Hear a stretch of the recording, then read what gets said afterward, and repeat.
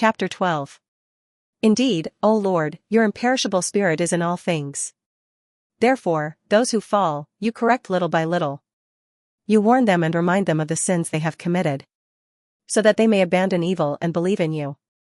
God's leniency toward the Canaanites. Those who once lived in your holy land, you hated for their detestable practices, their sorceries and their unholy rites. Those wicked people murdered children, held feasts of human flesh and blood, even eating entrails, and joined in secret ritual societies. Those parents, murderers of defenseless lives. All of them you intended to destroy by the hand of our ancestors, so that the land you cherished above all others might receive the children of yours, who were worthy to dwell there. Yet even with them, you were merciful, because they were only human beings. You sent hornets ahead of your army, so that they would perish gradually. It was not because you lacked the power to hand the ungodly over to the righteous in battle, nor because you could not destroy them at once, with wild beasts or a stern command. But you punished them little by little, giving them a chance to repent. Though you knew that they were an evil generation by nature, their wickedness inborn, and their minds would never change. For they were a race accursed from the beginning. The reason for God's mercy. Nor was it out of fear of anyone that you left their sins unpunished. For who would dare ask, "What are you doing?" Who could oppose your judgment? Who would accuse you for destroying nations you yourself created? Who would rise against you to defend wicked people? For you care for all things. Besides you, there is no other God, to whom you must prove that your judgments are just. Nor is there any king or ruler who can stand before you to defend those you punish. But you are righteous, and govern all things with justice. To condemn one who does not deserve punishment would be unworthy of your power. For your strength is the source of your justice, and because you are Lord of all, you show mercy to all. You display your power when people doubt the fullness of your might, and you rebuke the boldness of those who know it and still dare to challenge you. But you, mastering your power, judge with clemency. You govern us with great mercy, though you may use your power whenever you will. Lessons God taught Israel. By acting this way, you taught your people that the righteous must be kind. You gave your children abundant hope, that sinners may receive the grace of repentance. For if you treated with such care and patience the enemies of your children who deserved death, granting them time and opportunity to abandon their wickedness, how much more carefully will you judge your own children, with whose ancestors you made covenants and solemn promises of good things to come. Thus, while you discipline our enemies with restraint, you teach us that when we judge, we must remember your mercy. And when we ourselves are judged, we may trust in your compassion. Again concerning the punishment of Egypt. Therefore those who lived foolish and wicked lives, you tormented through the very things they worshipped. For they had wandered far astray, taking the lowest and most contemptible animals for gods. Like senseless children, they allowed themselves to be deceived. So, as with children who cannot reason, you punished them with ridicule. But those who ignored such childish punishments would later suffer a judgment worthy of God, afflicted by the very creatures they worshipped, and seeing themselves punished through the animals they had regarded as gods, they finally understood and acknowledged that the one they had once rejected was the true God, and therefore, final judgment came upon them. Chapter 13. Condemnation of idolatry. Surely all people who were ignorant of God by nature are foolish. From the good things that are seen, they were unable to know the one who exists. And while observing his works, they did not recognize the Creator. Instead, they supposed that fire or wind or swift air, or the circle of the stars, or raging water, or the lights of heaven, were the gods that govern the world. If they were delighted by their beauty and took them for gods, they ought to know how much more beautiful is the Lord of these things. For the author of beauty created them all. And if they were amazed at their power and strength, they should understand from them How much more powerful is the one who made them? For from the greatness and beauty of created things, their creator is seen by analogy. Yet these people are little to be blamed. For perhaps they go astray while seeking God and desiring to find him. For while living among his works, they search diligently. But they are distracted by appearances, because the things they see are beautiful. Even so, they are not to be excused. For if they had enough knowledge to investigate the world, how did they fail to find sooner the Lord of these things? The worship of idols.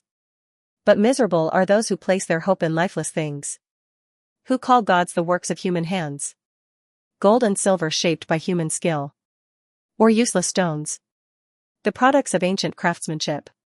Consider a carpenter cutting down a suitable tree. He skillfully strips off all its bark, and, with practiced hands, makes useful objects for daily life. After using the scraps to prepare his food, he eats his fill. Then from the leftover piece, good for nothing, crooked and full of knots, he takes it and carves it in his spare time. With idle skill he shapes it into the image of a man, or makes it resemble some worthless animal, painting it red and covering over every blemish. Then he prepares a suitable niche in the wall, sets it there, and fastens it securely. He takes care that it may not fall, knowing that it cannot help itself, for it is only an image and needs support. Yet he is not ashamed to pray to this lifeless thing about possessions and marriage and children. To a weak object he prays for health. To a dead thing he asks for life. To something without experience he begs for help. To something unable to walk, he asks for a successful journey. And to something that cannot move its hands, he asks for strength and success in his work. Chapter 14. Another man preparing to sail, and about to cross raging waves, calls upon a piece of wood, more fragile than the ship carrying him. For this ship was invented through desire for profit, and built by the skill of a craftsman. But it is your providence, O Father, that guides it. For you have made a path through the sea, and a safe way through the waves, showing that you can save from every danger, so that even the inexperienced may put out to sea. You do not will that the works of your wisdom should be without value. Therefore people entrust their lives, even to a small piece of wood, and crossing the waves on a raft, they come safely through. Indeed, even in the beginning, when the proud giants were perishing, the hope of the world took refuge on a raft, and by your guiding hand, left to the world the seed of a new generation. Blessed is the wood, through which righteousness comes. But the idol made by human hands, accursed is both it and the one who made it, the maker because he fashioned it, and the corruptible thing because it was called a god. For both the ungodly person and his ungodliness are hateful to God. What has been made, together with its maker, will be punished alike. Therefore God will punish the idols of the nations, because among the creatures of God, they have become an abomination, a stumbling block to human souls, and a snare for the feet of the foolish. The origin of idol worship, the invention of idols, was the beginning of spiritual unfaithfulness, and the discovery of them was the corruption of life. For they did not exist from the beginning, nor will they last forever. Through human vanity they entered the world, and therefore their speedy destruction has been decreed. A father, grieving bitterly for a child taken too soon, made an image of the child who had died. What had once been a dead human being, he now honored as a god, and handed on to his household mysteries and rites. Then, as time passed, this ungodly custom grew strong, and came to be observed as law. By command of rulers, carved images were worshipped. Those who lived far away, and could not honor kings in person, made from afar an image of the king they honored, fashioning a visible likeness of the ruler they revered, so that they might flatter the absent one, as though he were present. Even those who had never seen the king were drawn into this worship, through the ambition of artists. For the craftsman, wishing perhaps to please the ruler, used all his skill to make the image more beautiful than the original. And the crowds, attracted by the beauty of the workmanship, began to regard as an object of worship the one whom shortly before they had only honored as a man. Thus this became a trap in human life. Because people, subjected to misfortune or tyranny, gave to stone and wood the name belonging only to the one God. The consequences of idol worship. Then it was not enough for them to go astray in the knowledge of God, while living in great conflict through ignorance. They called such evils peace. For they either sacrifice children in rituals, or celebrate secret mysteries, or hold frenzied feasts with strange customs. They no longer keep either lives or marriages pure. One person kills another by treachery, or grieves him through adultery. Everywhere there is confusion, bloodshed and murder, theft and deceit, corruption, faithlessness, turmoil and perjury. There is disorder in what is good, ingratitude, defiled souls, sexual perversion, confusion in marriage, adultery, and debauchery. For the worship of nameless idols is the beginning, cause, and end of every evil. For their worshippers either rave in wild celebrations, or prophesy lies, or live unjustly, or lightly break their oaths. For because they trust in lifeless idols, they expect no harm when they swear false oaths. But they will suffer punishment on 2 counts. Because they thought wrongly about God by devoting themselves to idols, and because they swore deceitfully in contempt of holiness.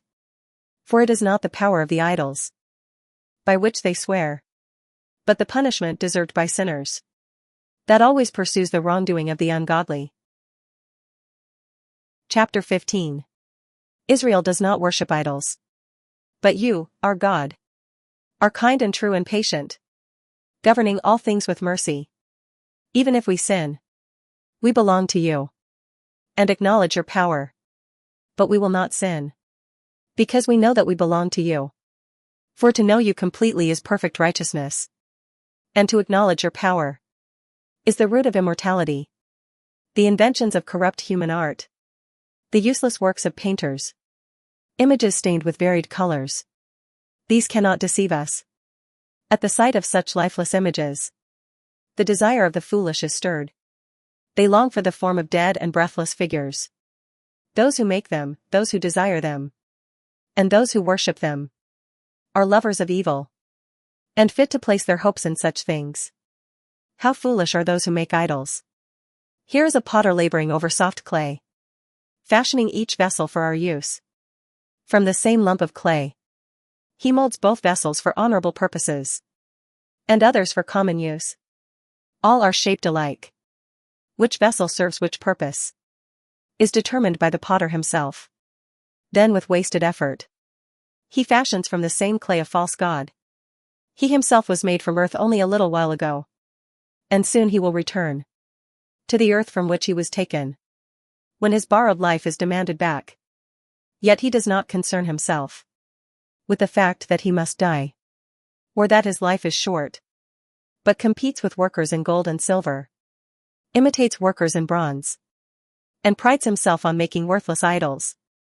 His heart is ashes, his hope more worthless than dust, and his life more miserable than clay, because he does not know the one who formed him, who breathed into him an active soul, and gave him the breath of life. Instead, he regards life as a game, and human existence as a market for profit. He says, one must make money however one can, even by evil means. Yet more than anyone else, he knows that he sins when from earthly matter he makes both fragile vessels and idols. The Egyptians are foolish for worshipping idols everywhere. But the enemies who oppressed your people are utterly foolish, their minds more childish than infants, because they regarded all the idols of the nations as gods. These idols cannot use their eyes to see, nor their nostrils to breathe air, nor their ears to hear, nor their fingers to touch. Their feet are useless for walking, for a human being made them, and one who borrowed breath fashioned them. No one can make a god like himself. Being mortal, he makes a lifeless thing with lawless hands. Yet he himself is better than the things he worships. For at least he once lived. Whereas they never have. They even worship the most hateful animals. Creatures more foolish than all others. These creatures are not beautiful enough to be desired like other animals. They have not received either God's praise or his blessing. Chapter 16. The second example, frogs. Therefore those enemies suffered deserved punishment through creatures like these, and were tormented by swarms of insects. Instead of such punishment, you showed kindness to your people. When they hungered with craving, you satisfied them, providing quail, a strange food, for nourishment. While those enemies, in the midst of their hunger, lost even the desire to eat, because of the disgusting creatures sent against them. Your people, after suffering only a short lack of food, received a marvelous nourishment. For it was necessary that unbearable hunger should come upon the oppressors, while your people needed only to see how their enemies were being tormented. The third example, locusts and the bronze serpent.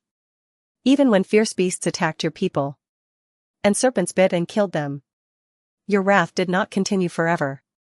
They were troubled for a little while as a warning, and then they received a sign of salvation, to remind them of your law. For whoever turned toward it was saved, not by the thing that was seen, but by you, the Savior of all. Through this also you convinced our enemies that it is you who deliver from every evil. For they were killed by the bites of locusts and flies, and no remedy could save their lives, because they deserved to be punished by such creatures. But your children were not overcome even by the fangs of venomous serpents, for your mercy came to help and heal them. They were bitten so that they might remember your words, but they were quickly saved, lest they fall into deep forgetfulness and become unable to receive your blessings. For neither herb nor poultice healed them, but your word, O Lord, which heals all things. For you have power over life and death. You lead down to the gates of Hades, and bring back again. A mortal may kill through wickedness, but he cannot restore the departed spirit, nor release the soul that Hades has received. The fourth example, hail and manna. No one can escape your hand. For the ungodly who refuse to acknowledge you were scourged by the strength of your arm, pursued by unusual rains and hail and relentless storms, and consumed by fire. Most astonishing of all, in water, which quenches all things, the fire had still greater power. For the universe defends the righteous. At one time the flame was restrained, so that it might not burn up the creature sent against the ungodly, that they themselves might see and understand that they were pursued by the judgment of God. At another time, even in the midst of water, it burned more fiercely than fire itself, destroying the produce of the unrighteous land. Instead of these things, you nourished your people with the food of angels. You supplied them from heaven with bread ready to eat, providing every delight, and suited to every taste. For your sustenance revealed the sweetness of your kindness toward your children, and serving the desire of the one who received it. It changed to suit each person's taste. Snow and ice endured fire without melting, so that your people might know that the fire blazing in the hail and flashing in the rain was destroying the crops of their enemies. Yet again, the fire forgot its own power, so that the righteous might be fed. For creation, serving you its creator, exerts itself to punish the unrighteous, but relaxes for the benefit of those who trust in you. Therefore at that time also, creation was transformed in every way, to serve your all-nourishing gift, according to the desire of those who had need, so that your beloved children, O Lord, might learn that it is not the production of crops that nourishes humanity, but that your word preserves those who trust in you. For what was not destroyed by fire melted when simply warmed by a fleeting ray of sunlight, so that all might know that one must rise before the sun to give you thanks, and must pray to you at the dawning of the light. For the hope of the ungrateful melts like winter frost, and flows away like useless water. Chapter 17. The fifth example, darkness and the pillar of fire. Great are your judgments, and difficult to explain. Therefore those without instruction have gone astray. For when the ungodly thought they could oppress the holy nation, they themselves were prisoners of darkness, bound by a long night, shut up in their houses, excluded from eternal providence. They supposed they could hide their secret sins beneath the dark veil of forgetfulness. But they were scattered in dreadful fear, terrified by apparitions. For even the hiding places where they sheltered did not free them from fear. Terrifying sounds echoed around them, and gloomy specters with mournful faces appeared. No fire had enough power to give them light, nor could the bright flames of the stars illumine that dreadful night. Only a sudden blaze of fire appeared to them, terrifying them. And when it vanished, they feared even more what they had seen. The tricks of magic proved useless, and their vaunted wisdom was shamefully rebuked. For those who promised to drive away fears and troubles from the sick were themselves sick with ridiculous terror. Even though nothing fearful troubled them, they were terrified by passing insects and the hissing of reptiles. They died from fear, refusing even to look at the air, though nothing could be escaped. For wickedness, condemned by its own testimony, is cowardly and afflicted by conscience. It always imagines the worst. For fear is nothing but the surrender of the help that reason gives. And the less one expects to find help from within, the more one considers unknown the cause of torment. During that truly powerless night, born from the depths of powerless Hades, while they all slept the same sleep, they were pursued by terrifying apparitions and paralyzed by sudden fear. Their courage abandoned them, because unexpected terror fell upon them. Whoever happened to be there fell down and was imprisoned, shut up in a prison without bars. Whether farmer or shepherd, or laborer working alone in the wilderness, each was seized unexpectedly and endured unavoidable necessity. For all were bound by the same chain of darkness. The whistling wind, the sweet song of birds among thick branches, the steady rush of running water, the crashing sound of falling rocks, the unseen running of leaping animals, the roaring of savage beasts, the echo from hollow mountains. All these filled them with terror and paralyzed them with fear, while the whole world shone with brilliant light and continued unhindered in its labors. Over them alone heavy night was spread, an image of the darkness that was about to receive them. Yet they were more burdensome to themselves than darkness itself. Chapter 18. Meanwhile, a great light shone upon your holy people. The Egyptians heard their voices but could not see their forms. They counted them blessed because they did not suffer. And they gave thanks because, though previously mistreated by them, they were not harmed in return. They even begged forgiveness for their former hostility. Instead of darkness, you gave them a pillar of fire to guide them on an unknown journey, a gentle sun for their glorious migration. For those ungodly people deserved to be deprived of light and imprisoned in darkness, because they had imprisoned your children, through whom the imperishable light of the law was to be given to the world. The sixth example, the night of destruction and the night of deliverance, because they had resolved to kill the infants of the holy people. And though one child had been cast out and saved, you took away countless children of theirs in punishment, and destroyed them altogether in the mighty flood. That night was made known beforehand to our ancestors, so that, knowing surely what promises they had trusted, they might take courage. Your people awaited that night as the salvation of the righteous and the destruction of their enemies. For by the very means with which you punished our foes, you glorified us and called us to yourself.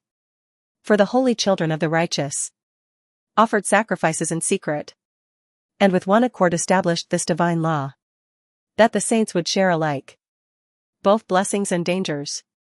And already they were singing the hymns handed down by their ancestors. But from the enemy came confused cries of lamentation. And mournful wailing echoed everywhere. For children who were being mourned, slave and master alike, suffered the same punishment. Commoner and king endured equal distress. All alike had countless dead, struck down in the same manner. There were not enough living, even to bury the dead. For in a single moment, their most beloved children had been destroyed. Those who had refused to believe anything, because of their magical arts, when the destruction of the firstborn occurred, acknowledged that this people was the Son of God. For while gentle silence enveloped all things, and night in its swift course was now half gone, your all-powerful word leapt from heaven, from the royal throne, like a fierce warrior, into the midst of the doomed land, bearing the sharp sword of your unalterable command. It stood and filled all things with death. It touched heaven, while standing upon the earth. Then suddenly visions of dreadful dreams greatly troubled them, and unexpected fears came upon them. Falling one here, another there, half dead, they revealed the reason for their dying. For the dreams that disturbed them beforehand had foretold this, lest they perish, without knowing why they suffered the threat of destruction in the wilderness. Yet even the righteous experienced the trial of death, and many perished in the wilderness. But your wrath did not last long. For a blameless man quickly stood forth to defend them, bringing the weapon of his ministry, prayer and incense of atonement. He resisted your anger, and put an end to the disaster, showing that he was your servant. He overcame wrath, not by strength of body, nor by force of arms, but by his word he subdued the destroyer, appealing to the oaths made to the fathers, and to the covenants. For when the dead had already fallen in heaps upon one another, he stood between the dead and the living, and the wrath was restrained. For on his long robe, the whole world was represented. The glories of the ancestors were engraved on the 4 rows of precious stones, and your majesty was upon the crown on his head. Before these things the destroyer gave way in fear, for the mere testing of wrath was enough. Chapter 19. The 7th example, the Red Sea. The wrath came upon the ungodly completely without mercy. For God knew beforehand what they would do. That after allowing his people to depart, and urging them to leave quickly, they would change their minds, and pursue them. For while they were still occupied with mourning, and lamenting at the graves of the dead, they conceived another foolish plan. Those whom they had begged and driven out, they now pursued as though they were runaway slaves. It was fitting that fate should lead them to such an end, and make them forget what had happened, so that they might complete the punishment still lacking in their torments. While your people undertook a marvelous journey, they themselves suffered a strange death. For all creation was fashioned anew in its natural order, obeying your commands, so that your children might be kept unharmed. The cloud was seen overshadowing the camp, and dry land emerged where water had stood before. Through the Red Sea appeared an unhindered road, and from the raging flood a grassy plain, protected by your hand. The whole nation passed through, beholding wondrous signs.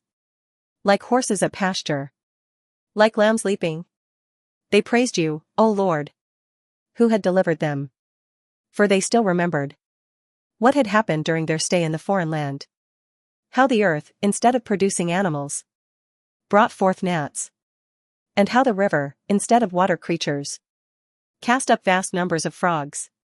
Later, when they desired food, and longed for delicacies, they saw a new kind of bird. For to satisfy their desire, quail came up to them from the sea. Egypt more guilty than Sodom. Punishments came upon the sinners, not without previous signs. Through violent thunder, they justly suffered for their wicked deeds, because they had shown a more bitter hatred toward strangers. For others had refused to welcome unknown visitors.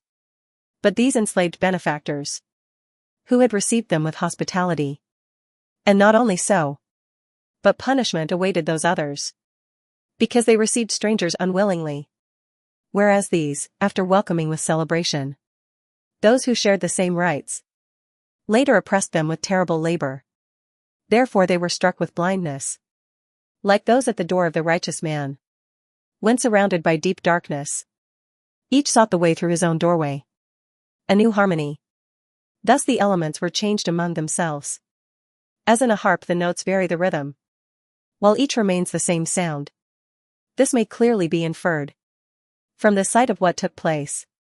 For land animals were transformed into water creatures, and swimming creatures moved onto the land. Fire even in water retained its power, and water forgot its quenching nature. Flames, on the contrary, did not consume the flesh of perishable living creatures that walked among them, nor did they melt the crystalline heavenly food that was easily melted. Conclusion. For in all things, O Lord, you have exalted and glorified your people, and you have never neglected to help them. At all times and in all places,